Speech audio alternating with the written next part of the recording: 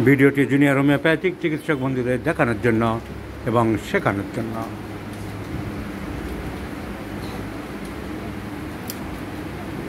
This gentleman, aged about 43 years, 43 বছর বয়স্ক এই ভদ্রলোক এর ব্রেন টিউমার হয়েছিল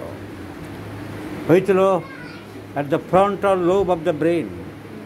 You know the brain has divided into few parts.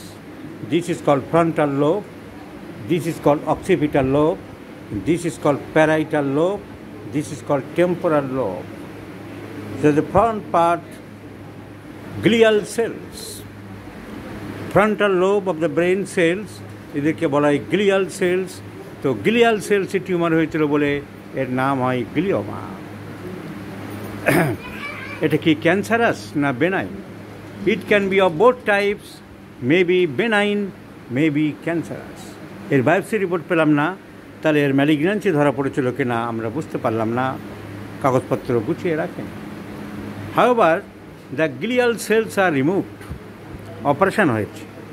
In PG hospital of Kolkata, the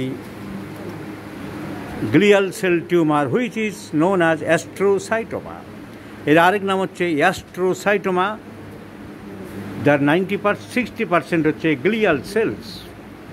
operation হলো, কিন্তু তারপরেই চচ্চর করে সব টিস্যু ফুলে গেল। যে সব টিস্যু সোয়েলিং, নট হার্ট। অপারেশনের জায়গা থেকে অপারেশনের সাইড যেখানে অপারেশন করেছিল সেই জায়গা যদি এরকম নরম সব টিস্যু জমে যায়, এই টিস্যুকে বলা হয় glial cells. And the condition is known as gliosis. এর যে কন্ডিশনটা এখন হয়েছে এর নাম হচ্ছে গ্লিওসিস।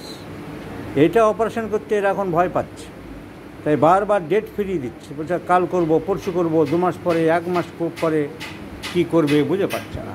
তাই তো বলছে হসপিটালে। কি বলছে? বলছি যে এর আগে এসেছিল 2 মাস টাইম দিলে, ফের আবার এসছে, ফের আবার 2 মাস টাইম দিয়ে দিয়েছে। 2 মাস করে ঘুরিয়ে চলেছে, 5 বার 6 বার এরকম হলো। এখন এই গ্লিয়াল সেল টিউমার্স, অ্যাস্ট্রোসাইটোমার পরে যে গ্লিওসিস ডেভেলপ করলো, এই গ্লিওসিসের জন্য আমরা কি চিকিৎসা করতে পারি? সব টিস্যু সোয়েলিং, আঁচিল আছে এখানে ওখানে। কোথায় আঁচিল দেখলাম? On fine observation there are some words here and there. So this is no doubt a psychotic proliferation, সাইকোসিস in the background. So astrocytoma টিউমারটা যখন হলো, দ্যাট ওয়াজ সাইকোসিস। আবার রিল্যাপস করছে, দ্যাট ইজ সাইকোসিস। সব tissue swelling, that is সাইকোসিস। Words here and there, that is সাইকোসিস। তো এর সাথে অন্য আরও কিছু সিমটম দিয়ে একটা মিলিয়ে, constipation et cetera, it is better to prescribe T. occidentalis. So T. occidentalis is the choice of medicine in our hand, and let's see the result. What can we expect from T. occidentalis for this poor gentleman?